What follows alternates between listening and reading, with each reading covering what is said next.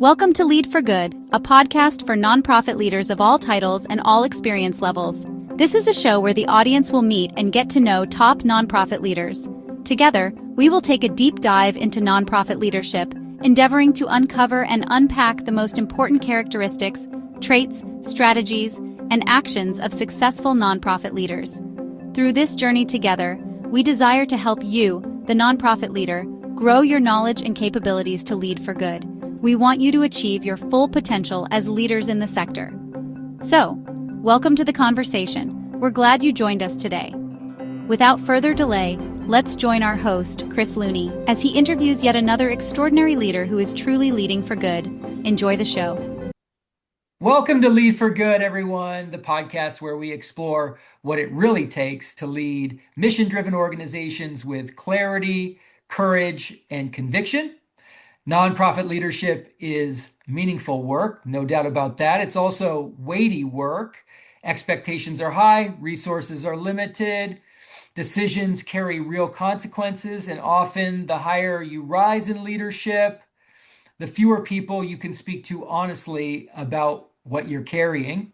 Today's conversation is about something essential yet often overlooked in leadership development, and that's camaraderie, the power of connection. So the kind of safe space where leaders can think out loud, can admit uncertainty, and grow stronger together. And to help us through that conversation, I'm joined today by Robin Sinclair, Executive Director of the Fieldstone Leadership Network. Fieldstone has built a strong reputation for cultivating nonprofit leaders through fellowship, peer learning, and meaningful connection.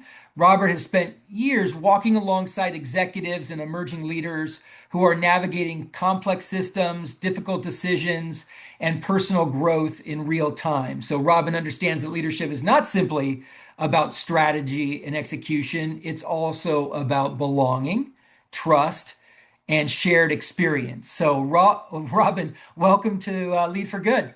Thank you. Thank you for having me. I'm excited. Oh, I'm excited too. You and I have known each other for a long time, and I've always admired your ability to lead leaders, which is an incredibly unusual but awesome opportunity in the nonprofit leadership space.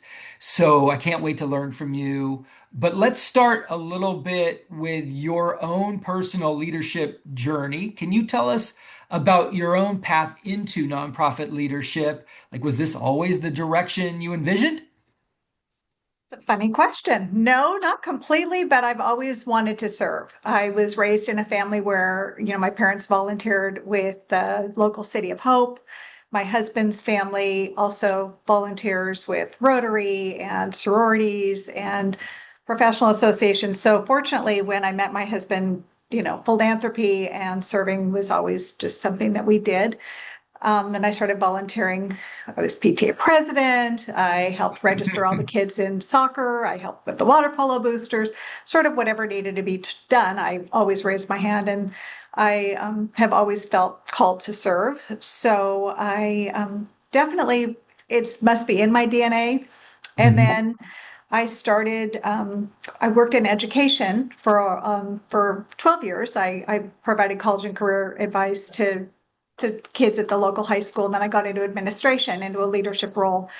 And then I just thought, it's time for me I wanted to be around mission focused people. And Right, so I had right. an opportunity to go to Habitat for Humanity at that time. In Orange County, I had a dear friend that had been the principal at one of the high schools I worked with, and then she became the CEO at Habitat and said, "Come, this is where you'll find mission focused people." And I went and I said, "That's it, nonprofits for me." And I've been there ever since. So I've been doing this kind of work since 2000.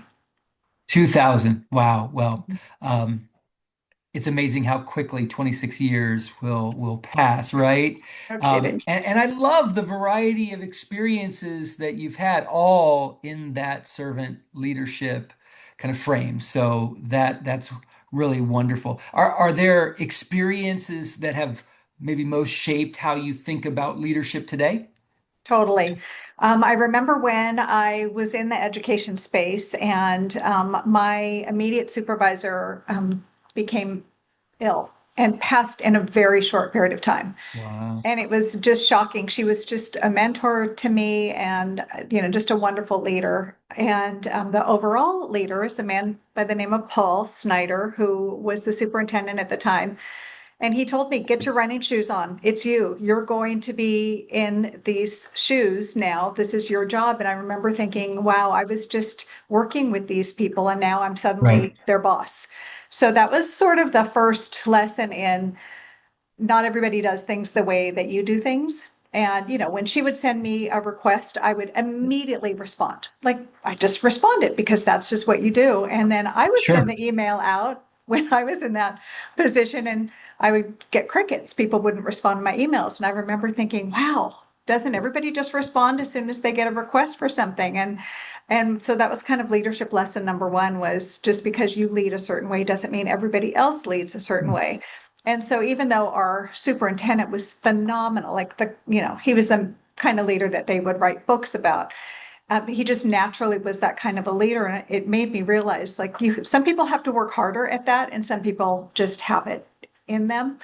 And so I was very fortunate that I had really good mentors. And so he was definitely a mentor to me, sort of knew about failing fast before they coined the phrase. It was like Interesting. do something, figure it out, learn from it, and then move on. And Uh-huh. so I was so fortunate to have somebody like that mentor me at the very beginning because that really set the tone. And then it was like, you know what, I can do this. I'm not afraid to take a risk because I know that I will have that opportunity to learn from it. That's so great. I was going to ask about the moments in your career when you felt the weight of leadership in a new way. I suppose when you were told you were to get your running shoes, that was one of those moments. Were there others where you felt that weight of leadership? I remember during the Great Recession in 2008, I was a fairly new executive director for an organization. And, all of a sudden, we had a big fundraising breakfast, and I'll never forget showing up and the look on a lot of my board's faces, their stock portfolio had just plummeted. And there were some Mm, people that, worked in the subprime mortgage industry. And I remember sure. thinking, how are we going to have a golf tournament? How can we celebrate anything when these people, could conceivably be losing everything that they have?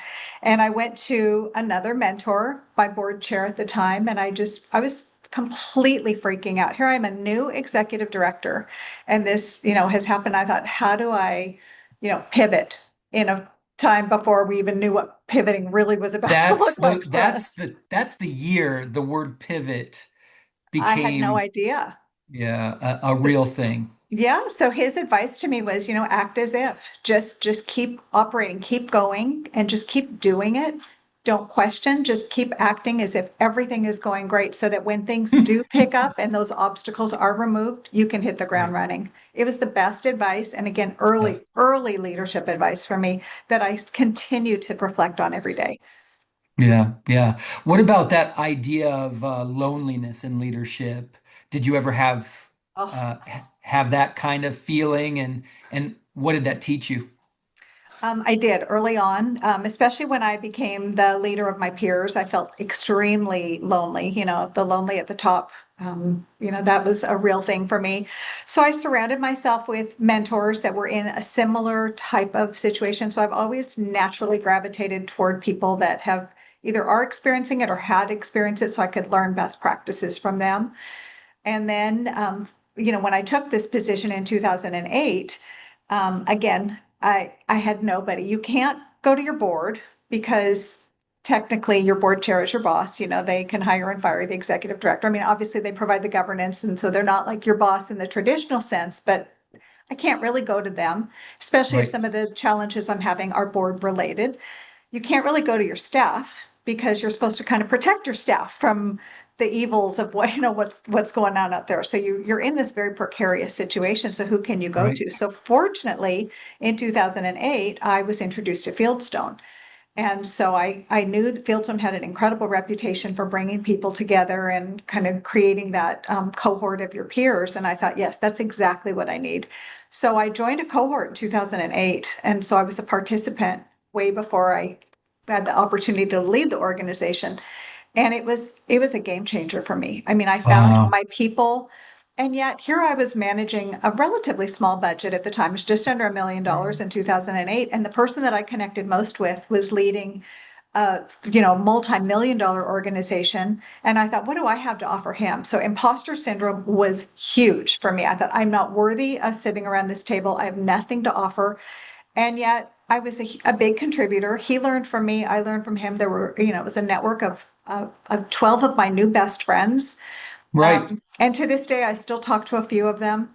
And I don't know what I would have done without my peer group. And so that kind of taught me the value of that peer experience and the peer relationship. And then I have now just so expanded my network. I'm so incredibly grateful because I would not be who I am today had it not been for all of those people. Yeah. Oh, I love that. Thanks for sharing that. Well, I imagine you've sort of grown as a leader. Your understanding of leadership has changed over time. How has that understanding changed for you as a leader over time? I have I dig deep. I initially, people would say, just fire them, just have that difficult conversation, just do it. I would hear this oftentimes if I had a staff situation that was really troubling me, or a board situation, or a funder conversation that I was dreading. And, I would seek counsel from people that maybe were not completely in my shoes. And it was always just so easy for them to offer me advice, Mm, just do it, just have that difficult right. conversation. Right. And early in my career, I would second guess myself. And then finally, I think as I got older and more mature in my role, is when I really trust myself to think it's not as simple as that. There's a reason that they're responding the way that they are. They have a whole set of circumstances on their end. So I have become a much more empathetic leader where I try to lead with curiosity. I try to really understand, where are they coming from? If the board member, if there's a conflict, there's a reason that it's there. So to just do it, or just have that conversation, or just fire that staff member that is just not performing, there's more to it. And so when I had that kind of inside voice that was telling me there's more to it, I didn't listen to it as much then as I do now. So like I Right. said, that curiosity piece has really helped me to understand, like, what is going on under the surface. Not as Yeah. easy as Shades of just, gray. yeah, totally. Not a black and white situation, but shades of gray and layers of complicated issues that you need to kind of dig through, right? Yep, yep. My That's good. And you my dad probably used, gave some second chances as a result of that to a lot of oh, people, right? oftentimes, and I've said I'm not, I might be easygoing, but I'm not a pushover. So you're not going to just pull something over on me, but I will try to, I'm going to assume positive intent. I'm going to assume that they Oh, really that's are good. trying to do the right thing. My dad used to say, Robin, if it was easy, everyone would do it. And it was the That's best right. advice. And I thought, but I've been doing this now a really, really long time. And so I have not perfected it by any chance, but I have a lot of experience with it. So I just trust my gut much more than I used to. No, that's great. Well, is there something that you believe now that maybe you didn't believe 10 years ago about what leaders truly need to succeed? I never thought about the culture as much as I do now. When you think of somebody being a leader, they're in charge, they're driving the bus, they're in the front, and all the people are behind them. And so, how do you get them to do what you want them to do? That was a very naive approach that I took at the beginning, that if you are in a position of control or a position of power, that was the goal, is to get everybody to do things the way that you wanted them to be done. And Yeah. I have learned through the years, not overnight, but I have learned through the years that it's not even about you. It's about the organization. It's about being true to the mission and the vision and the values of the organization. And it's about building that culture, and building that culture of community, the culture of philanthropy, culture of fill in the blank. But when you build that culture of trust, if you don't have those pillars, you have nothing. You can lead, you can drive that bus, but you're going to look back on the bus and no one's going to be on the bus with you. You're going to be driving that bus to nowhere by yourself. So Yeah. leadership is not, it's not a one person job. It's a vision that collectively you come together and you agree on. And the leader might, be the one that's kind of making sure it all stays in place and happens. But it's building that culture. That is really what I've learned. No, I love it. That's very wise. And I see it every day how culture can almost make the impossible a reality. So the power of that culture is so important. Well, let's shift into the conversation about camaraderie, and we start with the loneliness of leadership. We touched on it a little bit, even in talking about your own leadership journey. Um, I was going to ask the question, why is nonprofit leadership so uniquely isolating? And I think you said it so well. On most concerning, challenging, complex issues, you find a lot of people you can't go to, but far fewer people you can go to. You can't go to your staff with certain issues, you can't go to your board with certain issues, or your donors with certain issues, or even some people in your local community with certain issues because they're just too close to the other people that are also close to you, right? So, like, is that it, or are there other issues that make nonprofit leadership so uniquely isolating? Certainly, even from a fund development standpoint, you can't, I see that some people are resistant in sharing their frustrations and their insecurities because, in some situations they're competing for the same dollars. Right. So that can be a factor in the isolation. I will say that I find that once they are in a room, like, I lead these groups, and I really feel that Fieldstone has done a really, really good job of building that culture of trust so that they know that when they come to our groups, they know Hmm. that what happens at Fieldstone stays at Fieldstone. And I watch the guard come down. I can see it happen. And I will always do, at the end of the cohort, a one word check in. What are you feeling right now? And I hear validated, heard, respected. I'm refreshed. It's like Mm. it's so simple, but what they have experienced is just an 8-hour day where they know that they can just say anything that they want and talk about it, and these people get it. So it's not like going to another kind of a networking opportunity. It's so different because these people get it. No one is trying to sell you anything. No one is trying to convince you of anything.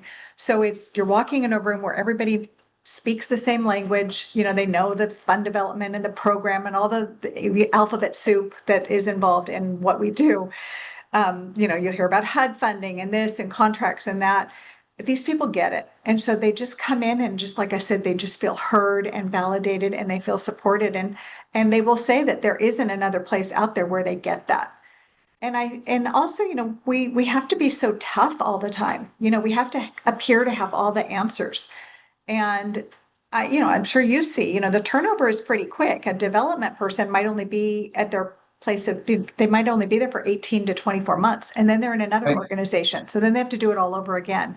So there's a lot of turmoil, leadership changes, a board, if there's board limits, term limits in place, they have a new board every couple years. So the players are different. Where if you are in the corporate world, your leadership is your leadership. You don't always have a different board chair every 2 years. So you've got different personalities. So it's just a different, I hate to use the word beast, but it really is. It's a different set of dynamics than other sectors. 100%. Yeah, you just named several complicating factors for leaders that add pressure to the role. That idea of turnover, so sort of lower pay than in some other industries. You've got the board situation where you might inherit a board of leaders that you don't know how to work with well, or that don't really care too much about you, or all these different things. Those are two great examples. Are there some other examples that you've identified that sort of demonstrate the pressures that nonprofit leaders face that many don't see? I'm a huge believer in coaching and mentoring. So I find that the ones that actively seek out a formal coach relationship will do better than those that don't. And I don't know if it's a stigma and it's, I don't want to ask for help because I don't, it's again, maybe there is not a culture of trust in this particular organization. So they're afraid to Right. admit that they might need some help. And so I find that the people that will kind of go out on a limb and say, I need executive coaching or I need to be in a peer group will do much better. And I think that isolation is reduced than the ones that don't. So, we used to offer sabbaticals, and I just had a request from a leader this morning that said, I've been doing this work for decades. I am approaching burnout. Incredibly healthy organization, a great board, great brand, great staff, like checks Yeah, all the sure. boxes. And this leader is at their wit's end and Yeah, said, I need a sabbatical. I need something. But I'm thinking, maybe that particular person doesn't feel comfortable going to the board chair and saying, I'm approaching burnout, because we have to be these superheroes. that's right. And so admitting that, I need a break. I don't have that work-life integration right now. It's such a badge of courage for people to be busy. And being busy does not mean that you're effective. As I say, it's, can we work smarter, not harder? And, but if you happen to have a board or that culture that expects the organization work through lunch and, work a 15-hour day and be available now with your phone on weekends, and, it's not sustainable. And so I see that the burnout rate is so high, and how sad that they can't go to the leadership, the board, or whomever, and say, I need help. It is not a sign of weakness, but I need help, whatever that might look like. So, yeah, isolation is real, burnout is real, and it's like I said, it's not sustainable. And that part it's hard for me to watch from the sidelines. I want to give everybody a sabbatical. I'd love to be able to bring that program back, and I'm working on it still. And I'd like Right. to revive it, but it's tough. These people are working really, really hard, and then now you've got funding cuts that they hadn't experienced a couple years ago. So you Yeah. know, No, there's a lot of issues that just keep piling on. I'm glad you brought that one forward. The sort of budget cuts, funding cuts, the challenge of revenue generation from more predictable sources, right? It seems like everything in the nonprofit space is unpredictable revenue, mhm, right? You fight for every dollar, and that's just and start from most organizations start from zero every on year. January 1st or whenever the fiscal year starts, right? Unless you're an amazingly well endowed organization or run um, sort of an enterprise of some sort that generates revenue from sources other than contributed revenue. Like the opportunity to predict your success in that coming year is so limited. So, Yes. what a pressure to bear. Oh, so much. Like you said, every year you have to start all over again. It's not like you can just go make a bunch of new t-shirts and just sell those. There's not widgets or products to sell. You're dealing with people and children and animals and the arts, and so much out there that needs our help. And yet, yeah, just the model is hard. It's hard. I don't Right. have a solution, so I try to, as a general rule, I try to not complain about anything if I don't have a solution. So I'm not going to complain openly about it because I don't have a solution, but I do think the system could use some revamping. I am seeing a change in strategic goal setting, which makes me very happy. I'm seeing where Good. people would do strategic planning and they would do like a 5 to 10 year plan, and it'd be in a big old binder sitting on a shelf and nobody Yeah. would ever look Right. at it again. 5 to 10 years down the road, you don't even have the same staff members, you don't have the same board members, and all of a sudden it's like, oh, this is what Sure. we're supposed to do. So I am seeing where organizations are adopting a 1 to 2 year plan, and where it's a collective planning process where everybody is on the same page, sharing in that vision. And people are being very vision focused, not so much mission, which is, what you do, but the vision is where you're going. That's very exciting for people. So I am seeing a shift in that. And I'm hoping that maybe that will move the needle in terms of how the organization runs and building that culture again of community and kind of Yeah. shared vision, vision casting. Yeah. No, that's great. I mean, it's tough because there's so much to celebrate about how effective and professional the nonprofit sector is. But structurally, it's got some It challenges does. because of the way that it's historically been asked to operate, and sort of the limited resources with which it's had to wage the war in this sector. I mean, I kind of just had this image of George Washington during the Revolution, trying to just make do with the very limited resources they had and scraping through, the war. That's kind of the way I feel about nonprofits. They just find the will and the way to make it work, even though it could be a lot easier in other circumstances.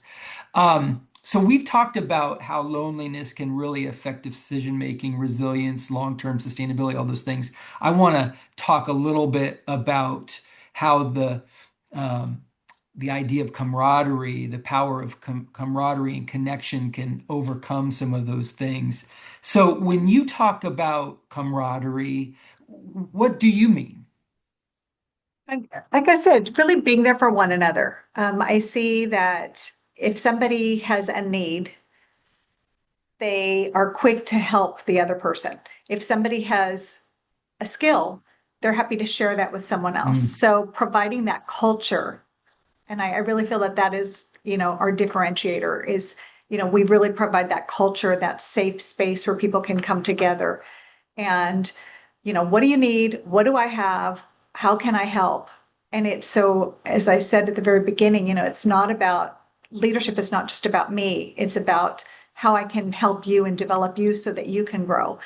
And our vision is that it really multiplies the impact of all of the organizations in Orange County. So by bringing these people together, it's not just helping an organization or a leader, it's this exponential growth, because I'm helping you and then you're helping that person. And then I'm coming in doing a 360 assessment with your team. And then that's going to spill over into all of the people in their organization. And then that's going to help the people that they serve. So it's just this explosion effect.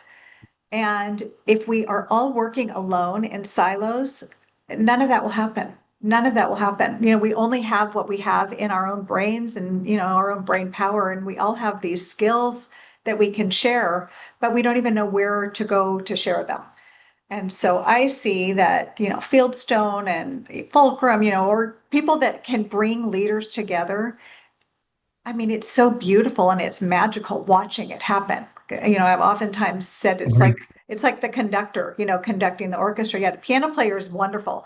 The violinist, fabulous. Like I love listening to that. But you put them together and then the magic happens. And that's the power of camaraderie. I mean, really bringing those people together. Yeah. But I don't want to under express how important, that's not even the right term, but how important it is to have that culture of trust. Because if you don't have that, you can't just put a bunch of people together in a room and expect that to happen. So And that's is where that what distinguishes authentic peer connection from simple networking? a That hundred trust? percent, a Okay. 100%. Yep. We used to call it, somebody coined it Fieldstone Confidential. You know that if it happens here and it's said here, like it's not going anywhere else. And if we didn't have that, we wouldn't have a program. We've been doing this more than 4 decades. So, and I've just been involved since 2008, which is not also still a long time, but I've been leading I'll start in April. I start my 10th year of working here. And, I have learned so much. I learn from our people every time I get together with them. Yeah, So it's not one-sided. It's all about that that's right. reciprocity. And I think that's really the critical piece here. It's not a training program. So I think when you talk about camaraderie, it's not where I'm going to teach you how to Right. connect with your peers. I'm going to provide this culture of camaraderie, and then it's going to happen. And like I said, I learn as much from them as they are learning from me. We all, the magic happens around the table. It's not from something that I share with them in a binder, or I share with them at, I might provide some anecdotal, examples, but I'm no expert. I just have the years of experience. Yeah, yeah. And so the idea of safe spaces for leaders truly seems important. There's got to be the trust, as we've just discussed. Are there other elements that make a space truly safe for leaders? I mean, we definitely have our ground rules, but I think it's just like in any kind of a peer setting. I imagine any kind of support group, it's, we treat everybody with dignity and nobody talks over one another and everybody really listens. I mean, I make sure all And phones they are live put it. away.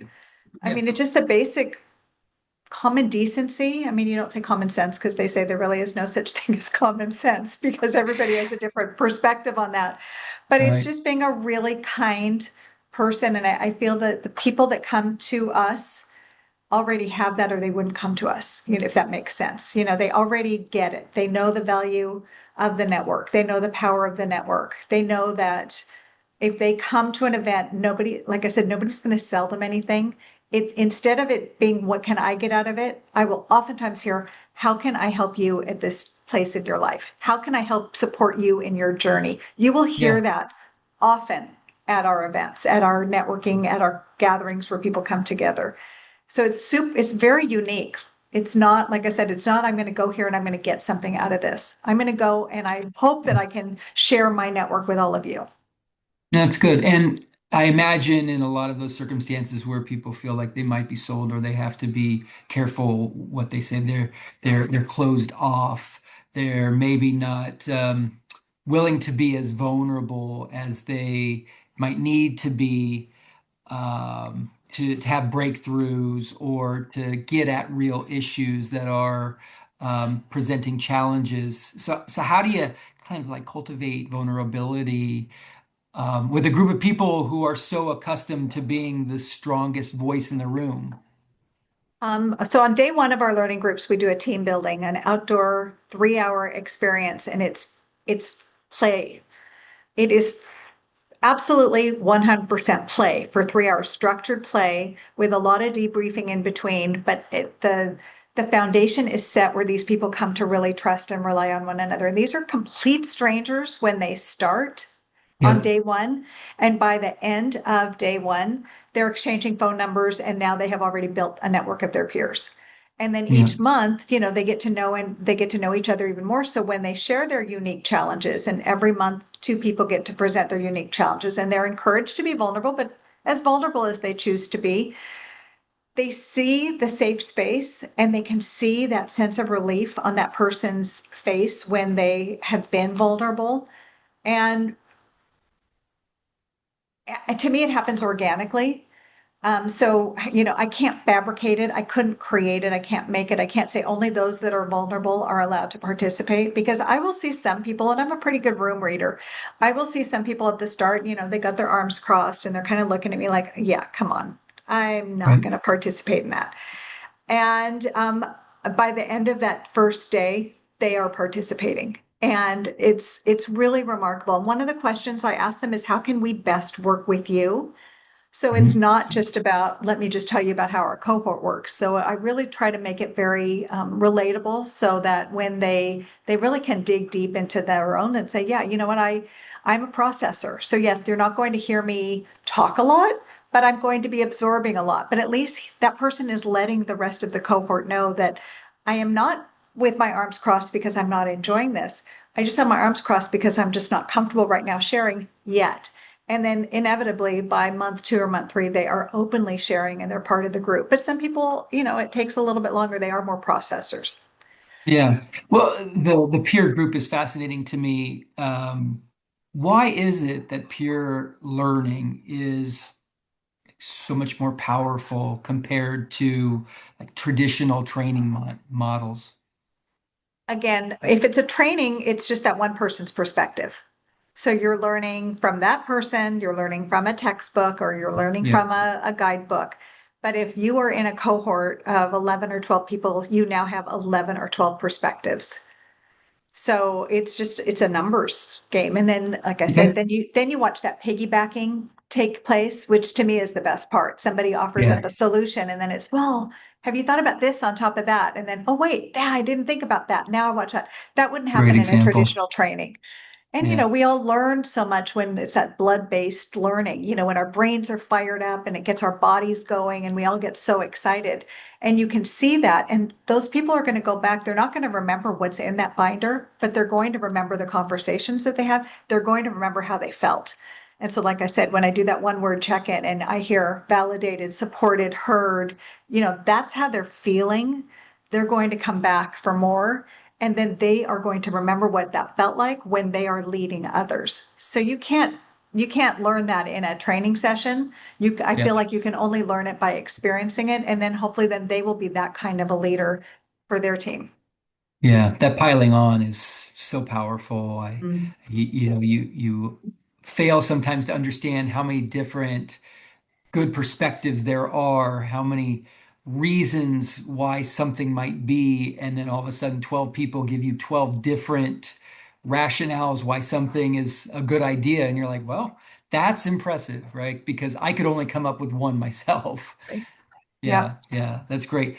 Well, I'm interested to talk a little bit about the ripple effect of having strong connection among leaders.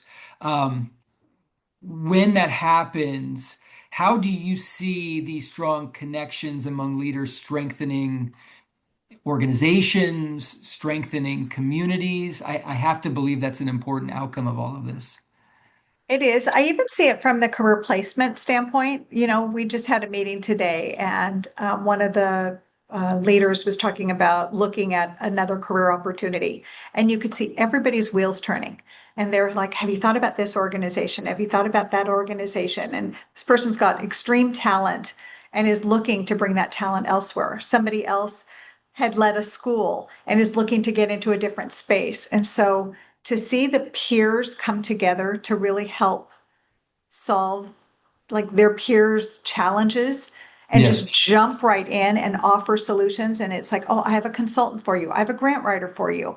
I have a recruiter for you. I have an accountant for you. I have, it's like just a plethora of sharing of resources. And that happens every time that we come together. So the ripple effect to me, that's just one small example. And then you figure all of those people then have now gotten all those resources. They're going to go back to their work. They're going to be stronger. They're going to strengthen. And then if they hit a spot, they get to a place where it's kind of sticky, then they're going to remember who they talked to. They're going to go back to that person and say, okay, now I need this person. I need that. They see me as a resource. So, and I will say, I don't have all the answers, but I know somebody that does. And then I'm constantly connecting. I must 5 times a day am giving somebody some information on, reach out to this person for that or this person for that. And so the ripple effect is it never ends. And, like I said, I think our sector it's often misunderstood. I like to break that barrier of operating under that scarcity mindset and try to Right. shift it to abundance and impact. I think the impact can be so great, and I'm seeing it is so great when we all come together and just share resources, share our own skill set, and whatever. I mean, I'm constantly saying whatever I can do to help you, I'm happy to do that. I don't have all the answers, but I'll connect you to that person. And I Yeah. think that that's what speaks to what you do and what I do. Yeah. Yeah. Is there a favorite story of someone that you've seen really take camaraderie and use it to change the trajectory of their sort of success as a leader or the organization? Oh, I have so many. I I do. know, I I know. What's do. your favorite, I guess? Yeah, or what's a good one? I have one young person that came to a cohort and was with an organization, was, I would say severely underutilized, under appreciated, was not at all where this person needed to be. And through the cohort, met somebody who said, I want you to start coming to some events with me.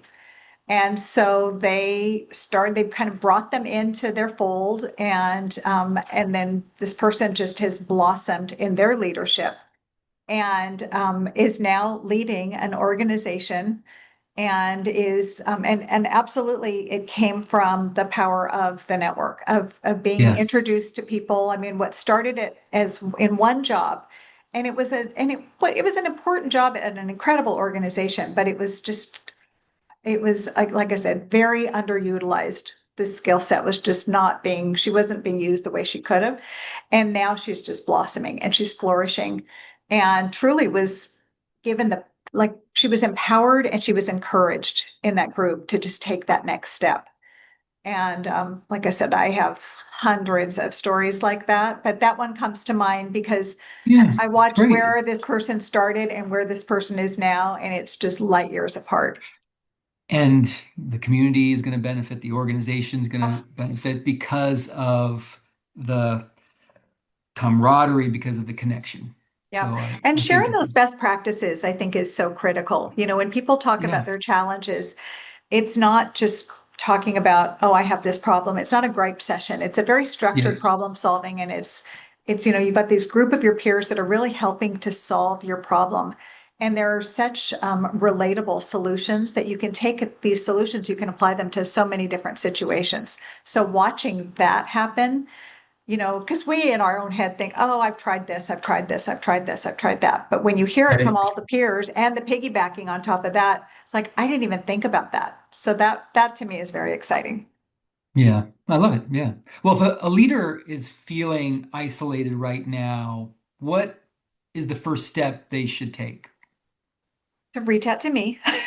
Yeah, great. Yeah, no, And you can definitely. So be reached Fieldstone at the Leadership, Fieldstone Network. Fieldstone Leadership Network, we're at fieldstoneoc.org. And I would be the first step to talk to you because we have coaching, we have the peer cohort. What I oftentimes will ask the leader, and again, we're not a training program, so we're not teaching you how to be a leader. You are already a leader, but we try to kind of meet you where you're at. So we even have Okay. some people that have gone through a cohort 5 years ago, 10 years ago. They go through it again because they want a current network of their peers. Yep. Oftentimes, especially with the turnover, there's so many new development folks, so many new CEOs. So we will Right. bring people together. And so what I try to determine is, do you need your people or do you need specific coaching around certain situations? So in our Oh, that's coaching great. cohort right now, we have two young leaders that started their own nonprofits. And so they don't need their peers yet. They need some specific, and again, our coaches are not consultants, so we do differentiate between the two. These are mentors slash coaches. So these two people started with Fieldstone in the coaching program, which is a one-on-one experience for the full year that includes a 360 assessment. And then Yep. I give that feedback session, and it's just a great experience. So some people start with coaching and then they do a cohort. Some people need their Yep. peers and then they go to coaching.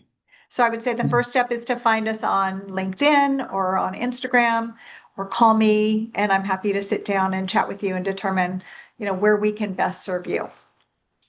Right. That's great. And will you take on interested leaders from outside Orange County, or how would it work if because this is a national audience, if the audience is looking for something like you have to offer in New York or Boston or Chicago or Indianapolis or wherever, what would you recommend? That's a great question. Our cohorts are in person, so they would have to come here if they want to be in a cohort. Um, Right. but we do like that if they have ideas for them to have a relevant network of their peers. So we do ask Yep. that they do work in Orange County. We have had leaders from Los Angeles and the Inland Empire. San Diego has their own program, so we don't work with the San Diego folks. I'll refer them down to that Fieldstone. Yep. But if it's Inland Empire, Los Angeles, or Orange County, they can participate in our Fieldstone. We have some Zoom webinars, so they can certainly participate that way. So if Yep. they're interested, they can reach out. They can sign up for our mailing list on our website, and then they can get all of the information. We have in-person speaker series. But certainly I am open to, if there's an opportunity for me to do some coaching via Zoom with them. Some of our coaches I know would be happy to work with them via Zoom as well. But I think importantly, it does require leaders out there to be intentional about camaraderie, about finding the connection, finding the cohort for themselves or the coaching for themselves. So if they're, in New York, let's say, or Chicago, and they need what kinds of services Fieldstone provides so capably, it probably exists. These leaders need to be proactive. They need to find it for themselves. And you would be a huge proponent of leaders being proactive in searching for these resources, if I'm not correct, right? Absolutely. Absolutely. I know we have executive coaches of Orange County that is run through SCORE. So I would imagine most cities will have a SCORE chapter. So that Yeah. might be a good resource. But yes, no, I agree. I think, the whole piece of camaraderie is to be in person. I know during the pandemic, there were people feel isolated anyway, and then all of a sudden you're literally isolated. And so, it took it to a whole new level. And so we did some programming on Zoom, but it certainly is not the same. So I would highly recommend that you commit to in person. Nothing can replace an in-person experience. I mean, when that piggybacking does not happen via Zoom. I mean, it's just not the same as when you get Right. people around a table. So yes, I would strongly encourage them to look for something. But there are, I would look through the chamber might have something, local service organizations, maybe, university alumni chapters. Anytime that you can get people together, definitely is Yeah, going to be a big plus. that's wonderful. Well, Robin, this has been such a powerful conversation. I've so appreciated having a deeper understanding of the power of camaraderie and the reasons why leaders should avoid the silo, the isolation at all costs. You've reminded us that leadership is not meant to be endured alone. We know this work is demanding, the stakes are high, but when leaders gather in trust, when they share honestly, when they realize others carry similar burdens, something shifts. Clarity increases, courage grows, and the mission becomes stronger. So, thank you again, Robin, for your help in illuminating these truths for us. To our listeners, if you're carrying more than you have named out loud, consider this your reminder. Leadership thrives in community. Seek out spaces where you can be both strong and supported.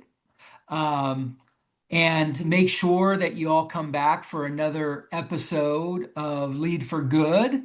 And if you haven't found them already, also check out our two other podcasts, Mastering Fundraising and The Nonprofit Edge, where we meet with and dig into issues with the most extraordinary nonprofit leaders out there. So, again, Robin, thank you. And we'll see you all very soon. Thank you.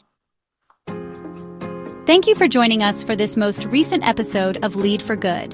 Our passion is helping nonprofit leaders reach their full potential as leaders, and we sincerely hope this episode has been edifying for you. Please subscribe to this podcast to not miss any of our Lead for Good conversations. We welcome your feedback, suggestions, and comments via email at hello@fulcrumleader.com. Lead for Good is a production of Fulcrum Nonprofit Leadership. Please visit us on the web at www.fulcrumleader.com. Until next time, we wish you all the best and encourage you to always lead for good.